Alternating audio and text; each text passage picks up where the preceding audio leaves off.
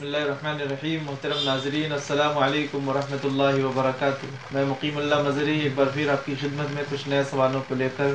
مولانا بلال احمد مدنی کے ساتھ حاضر ہوں. مولانا صاحب، آج میرا سب سے پہلا سوال آپ سے یہ ہے کہ مغربی فکر کیا ہے، اور یہ ایک علیحدہ فکر و فلسفہ کے طور پر کب اور کیسے شروع ہوا؟ وعلیکم السلام ورحمۃ اللہ وبرکاتہ. جب سے یہ انسان کی یہ بسی ہوئی ہے، تب سے یہ انسان کی زندگی کا اپنا ایک نظام تین ستونوں پر قائم ہے. ایک مذہب، دوسری سیاست،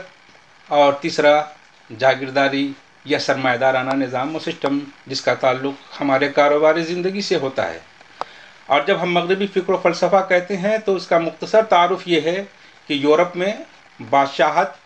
جاگیرداری اور زمینداری اور کلیسا کے خلاف یہاں کے عوام کی بغاوت اور صنعتی انقلاب کے ساتھ اس فکر کا آغاز ہوا، اور رفتہ رفتہ اس نے پوری دنیا کو اپنی لپیٹ میں لے لیا. انقلاب فرانس اس کا نقطۂ آغاز ہے، جو بادشاہت کے خلاف تھا، کلیسا کے خلاف تھا، اور جاگیرداری نظام اور سسٹم کے بھی خلاف تھا. اور اس انقلاب سے ہی یورپ میں جمہوری دور کا آغاز ہوتا ہے. کلیسا نے اس کشمکش میں جاگیرداری اور بادشاہت کا ساتھ دیا، اور عوام کی مظلومیت کو خاطر میں لانے کے بجائے طاقت کا اور بادشاہوں اور زمینداری سسٹم کی حمایت کی، جس کی وجہ سے وہ ایجادات سے انکار کی راہ اختیار کر لی، اور عوام کی اور علماء کے اوپر اس نے بہت زبردست قسم کے مظالم ڈھائے. اس لیے بادشاہت کے ساتھ ساتھ پورے یورپ میں کلیسا کے اقتدار کا سورج ڈوب گیا. اب بائبل کی صرف وہ باتیں قابل توجہ قرار پاتی ہیں جس کا تعلق اعتقادات سے ہے، عبادات سے ہے، یا شخصی اخلاق سے ہے، جبکہ سیاست، معاشرت، اکنامکس، قانون اور نظم و نسق سمیت انسانی زندگی کے تمام اجتماعی شعبوں سے مذہب، بائبل، کلیسا اور پادری کو کلیتاً بے دخل کر دیا گیا. یہ ہے مغربی فکر و فلسفہ، جس کی بنیاد انسانی زندگی کے اجتماعی شعبوں سے مذہب کی مکمل لا تعلقی پر ہے. مولانا صاحب، یہاں ایک سوال پیدا ہوتا ہے کہ پھر اس مغربی فکر کا خود یورپ کے اوپر کیا اثر ہوا اور اس کے کیا نتائج برآمد ہوئے؟ اس فکر کا اثر یورپ کے اوپر کیا ہوا، اس کو جاننے کے لیے میں چند رپورٹیں جو آپ کے سامنے پیش کرتا ہوں، ان رپورٹوں سے اندازہ ہو جائے گا کہ مغرب اس سے کس قدر متاثر ہوئی. ایک حالیہ اندازے کے مطابق ایک رپورٹ میں ہے کہ برطانیہ میں جو چرچ خرید کر کے مسلمانوں نے مساجد میں تبدیل کیے ہیں، ان کی تعداد لگ بھگ 300 سے زائد ہیں. یہاں کے عام آدمی کا، یعنی یورپ کے عام عیسائی مذہب سے تعلق رکھنے والے قوم میں سے عام آدمی کا مذہب کے ساتھ اب کوئی تعلق باقی نہیں رہا. چرچ فروخت ہو رہے ہیں، اور پادری کا کردار دن بدن محدود ہوتا جا رہا ہے. یہ اس بات کی شہادت ہے کہ جس مذہب کا انسان کی عملی اور سماجی زندگی سے کوئی تعلق باقی نہیں رہے گا، وہ کبھی بھی دنیا کے اندر اس قوم کی عملی زندگی میں بھی باقی نہیں رہ سکتا ہے، اور وہ فرسودہ روایات بن کر کے دم توڑ دے گی اور وہ ختم ہو جائے گی. صاحب، یہ ایک سوال یہ ہے، تیسرا سوال آپ سے ہے، یہ مغربی افکار جو آج ایک مکمل تہذیب کی شکل یعنی لائف اسٹائل کے طور پر دنیا میں مقبول ہے، ہمارے اسلامی طرز فکر اور دینی نظریات سے کیوں الگ تھلگ ہیں،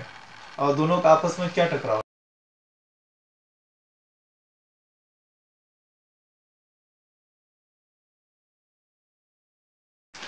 مغرب نے 3 صدی قبل یورپ میں اپنے مغرب کے ظالمانہ کردار سے تنگ آ کر کے اس کے رد عمل میں جو مذہب کا طوق گردن سے نکالا تھا، اتار دیا تھا، اور جس طرح انہوں نے پورے معاشرے کو اپنے ظالمانہ کردار سے شکنجے میں کسا ہوا تھا. لیکن آج 3 صدیوں کے بعد تمہاری اسی تگ و دو کے نتائج سامنے آ رہے ہیں. آسمانی تعلیمات اور وحی الہی کی رہنمائی سے بے نیاز ہو کر کے آج یورپ کی آبادی کا یہ انسانی سوسائٹی کا معاشرہ فکری انتشار، تہذیبی انارکی اور افراتفری کی انتہا کو پہنچ گیا ہے. اور تمہاری دانشگاہیں اور یونیورسٹیاں اس مقام پر سے واپس اپنے ماضی کی طرف لوٹنے کی راہ ڈھونڈ رہی ہیں. برطانیہ کے سابق وزیر اعظم جان میجر اس نعرے کے ساتھ اپنی مہم چلا رہے ہیں کہ بیک ٹو بیسک یعنی بنیادوں کی طرف واپسی کی ضرورت ہے۔ برطانوی ولی عہد شہزادہ چارلس نے BBC کے اندر 2-3 بڑے لیکچر اس نے دیے اور لیکچر کے درمیان میں اس نے کہا کہ ہم نے صرف عقل کو معیار قرار دے کر ٹھوکر کھائی ہے اور ہم نسل انسانی کو نقصان کی طرف لے کر جا رہے ہیں۔ آج ضرورت اس بات کی ہے کہ ہم اپنے دل کے اندر محسوس کیے جانے والے احساس، وجدان اور شعور کی طرف لوٹ کر کے آویں، اور دلوں کے اندر روحانی طور پر جو وجدان اور احساس و شعور ہے وہ مذہب سے انسانوں کو ملا کرتا ہے۔ ممتاز روسی لیڈر اور دانشور گورباچوف نے کھلے بندوں اعتراف کیا ہے کہ ہم نے عالمی جنگ کے بعد دفتروں اور کارخانوں میں افرادی قوت کے خلا کو پر کرنے کے لیے عورت کو بہکا کر گھر سے نکالا، جس سے ہمارا پورا کا پورا فیملی سسٹم تباہ ہو گیا۔ اب اولادیں نہیں ہو رہی ہیں، اور جو اولادیں ہیں وہ بے باپ کی ہیں، اور مائیں اپنی ان نسلوں اور اپنی اولادوں کا بوجھ اٹھانے کے لیے تیار نہیں ہیں۔ بڑھاپے کی تعداد یورپ کے اندر بڑھتی جا رہی ہے اور جوانوں کی تعداد کم ہوتی جا رہی ہے، اور اب ہمیں عورت کو دوبارہ گھر میں لے جانے کا کوئی راستہ نظر نہیں آتا، جبکہ ہمارے رب نے اور ہمارے دین کے اندر جو بنیاد معاشرے کی، سماج کی اللہ تعالیٰ نے بیان کی تھی، اس کو اگر لفظوں کے اندر بیان کیا جائے تو صرف 3 لفظوں کے اندر سمائی جا سکتی ہے کہ حکم اللہ کا، قانون قرآن کا، اور راستہ رسول کا۔ ایک موقر جریدے نے 30 مارچ 2000 کو ایک انٹرنیشنل نیوز ایجنسی کے حوالے سے یہ خبر شائع کی ہے کہ نیویارک میں امریکی یہودیوں کے سب سے بڑے ربیوں نے ہم جنس پرستی کو جائز قرار دینے کا فیصلہ کیا ہے۔ کانفرنس نے تمام یہودی ربیوں کو ہدایت کی کہ اپنے خطے اور اپنے اپنے شعبے کے اندر ایک ہی جنس کے افراد کی باہمی شادی کی مذہبی رسومات ادا کیا کریں۔ چند سال قبل برطانیہ کے سب سے بڑے مسیحی مذہبی ادارہ چرچ آف انگلینڈ کی ایک ہدایت منظر عام پر آئی تھی، جس میں چرچ نے اپنی شاخوں سے کہا تھا کہ چونکہ شادی کے بغیر اکٹھے رہنے والے مردوں اور عورتوں کی تعداد 50% سے بڑھ گئی ہے اور سوسائٹی کی اکثریت نے اس عمل کو قبول کر لیا ہے، اس لیے آئندہ اس عمل کو گناہ نہ کہا جائے۔ گویا چرچ آف انگلینڈ کے نزدیک گناہ اور ثواب کا تعین بھی سوسائٹی کے رجحانات دیکھ کر کے اقلیت اور اکثریت کے حوالے سے ہونے لگا ہے۔ یہ بالکل عین مثال ہے اللہ رب العزت کے اس آیت کی اور اس فرمان کی جس میں اللہ نے فرمایا تھا کہ یہ یہود اور نصارہ یہ وہ لوگ ہیں جو کہ اللہ کی حرام کی ہوئی چیزوں کو حلال کرتے ہیں اور اللہ کی حلال کی ہوئی چیزوں کو وہ حرام کرتے ہیں، اور اس کو کرنے کے اندر اور اس اللہ کی آیات میں تحریف کرنے میں کسی قسم کے وہ تردد نہیں کرتے۔ جمہوریت، آزادی اور سویلائزیشن کا یہی فلسفہ آج ہم مسلمانوں پر مسلط کرنے کی کوشش کی جا رہی ہے، اور امریکہ سمیت تمام مغربی ممالک ہم پر دباؤ ڈال رہے ہیں کہ ہم انہی کی طرح اپنے مذہبی احکام کو نظر انداز کر دیں، گویا یہ کہ مغربی فلسفہ اور ثقافت کو قبول کر لیں، مرد اور عورت کے اختلاط میں تمام رکاوٹیں ختم کر کے انہیں آزادانہ میل جول کا موقع فراہم کر دیں، اور شادیوں کے اندر والدین اور خاندانوں کے عمل دخل کو کم سے کم کر دیں، پردے کے شرعی احکام کو فرسودہ اقدار کہہ کر کے ٹھکرا دیا جائے اور اسے پس پش ڈال دیا جائے، اور زنا کی شرعی حد کو ختم کر دیا جائے۔ یہ ان کا خاصہ ہے اور ان کی یہی خواہش ہے۔ مار صاحب، مغرب کا یہ نظریہ اسلام اور آسمانی کتابوں کے بھی سراسر خلاف ہے، پھر وہ اسلام اور مسلمانوں کے خلاف اپنے نظریہ اور فلسفہ کو پھیلانے میں کون سا حربہ استعمال کرتے ہیں؟ بڑی عجیب سی بات ہے کہ ابھی جو ہم نے پیچھے چند ریکارڈ آپ کے سامنے بتائے کہ جان میجر جو برطانیہ کے وزیر اعظم تھے وہ کہہ رہے ہیں کہ بیک ٹو بیسک، ان کے جملے اور ان کے اس نعرے پر کہ وہ خود اپنے ماضی کی طرف لوٹ کر کے اپنے آج موجودہ اس تہذیب کی اس الجھنوں سے اور تہذیب کی لعنت سے بچنا چاہتے ہیں اور قوم کو بچانا چاہتے ہیں، وہ تو اپنے اصول اور اپنے ماضی کی طرف لوٹنا چاہتے ہیں، لیکن جب مسلمان اپنے ماضی کی باتیں کرتا ہے تو تعجب ہے کہ مسلمانوں کے لیے دنیا میں یہی بنیاد پرستی کو ایک تانا بنا دیا گیا ہے، اور اہل مغرب خود بنیادوں کی طرف واپسی کا راستہ ڈھونڈ رہے ہیں۔ تعجب ہے، تمہاری تہذیب اپنے خنجر سے آپ ہی خودکشی کرے گی۔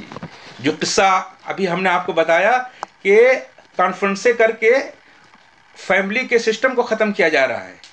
مرد مرد کے ساتھ شادی اور عورت کے ساتھ شادی کو قانونی جواز فراہم کیا جا رہا ہے، وہ بھی صرف ملکی اور سیاسی بنیاد پر نہیں، مذہبی اسٹیج اور مذہبی ادارے، چرچ آف انگلینڈ جیسی موقر ادارے، مذہبی اداروں کی طرف سے اس کی گنجائش اور اس کے جواز کے اعلان کیے جا رہے ہیں. اور جب یہ نوبت آئے گی تو انسانی آبادی کے اوپر اللہ کا قہر کس طرح نازل ہوگا. اسی کو شاعر نے ایک بڑے خوبصورت لفظ میں اس کو ادا کیا ہے کہ تمہاری تہذیب اپنے خنجر سے آپ ہی خودکشی کرے گی، جو شاخ نازک پہ آشیانہ بنے گا ناپائیدار ہوگا. گزشتہ چند سالوں سے ایسی اصطلاحات رائج ہو گئی ہیں جن کو متعدد ذرائع ابلاغ، ٹی وی، میڈیا عالم اسلام کے معاملات اور ان کے حالات زندگی، خاص سیاسی ہوں یا سماجی ہو، جب بیان کرتے ہیں تو بیان کرتے وقت ان لفظوں کا استعمال کرتے ہیں. کیا اصولی ہیں، انتہا پسند ہیں، فنڈامنٹلسٹ مسلم ہیں. انہوں نے ان اصطلاحات کو تشدد، سختی، دہشت انگیزی کے درمیان گہرا ربط اور تعلق قائم کر دیا ہے، اور اسلام کے دشمنوں نے ان اصطلاحات کو اس لیے گڑھی ہیں تاکہ ان کے ذریعہ سے اور اپنی تحریروں، تقریروں اور بیانات کے ذریعے سے عام دنیا کے انسانی ذہنوں کو گمراہ کیا جائے اور ان کے دل و دماغ پر مسلمانوں کی تعلیم اور قرآن اور حدیث کے اندر سے اتری ہوئی وحی الہی کی ان تعلیمات کو دنیا کے سامنے متنفر اور نفرت انگیز صورت کے اندر پیش کیا جائے کہ ان کی یہ پردہ داری، ان کی اس طریقے سے فیملی سسٹم کی سی زندگی کی خانہ امور داری، یہ سارے کے امور خانہ داری، یہ ساری کی ساری چیزیں عام طریقے سے اس کو کیا ہے وہ فرسودہ نظام یا اصول پسندی کے اشناروں کے ساتھ دنیا میں نفرت انگیز روپ کے اندر پیش کرتی ہیں. اس لیے ہمارے اور آپ کو موجودہ وقت کے اندر دنیا کے اور مغرب کے اس چبھتے ہوئے سوالوں اور اٹھائے جانے والے چیلنجوں کے لیے تیار رہنا چاہیے، اور اپنی باتوں کو اور اپنے قرآن اور حدیث کی باتوں کو مسلمانوں کی عام رائے عامہ کے اندر پہنچانے کی کوشش کی جانی چاہیے تاکہ ہم اس بات کو سمجھ سکیں کہ دشمن کی اس پھیلائے ہوئے جال میں ہماری نوجوان نسلیں نہ پھنسے.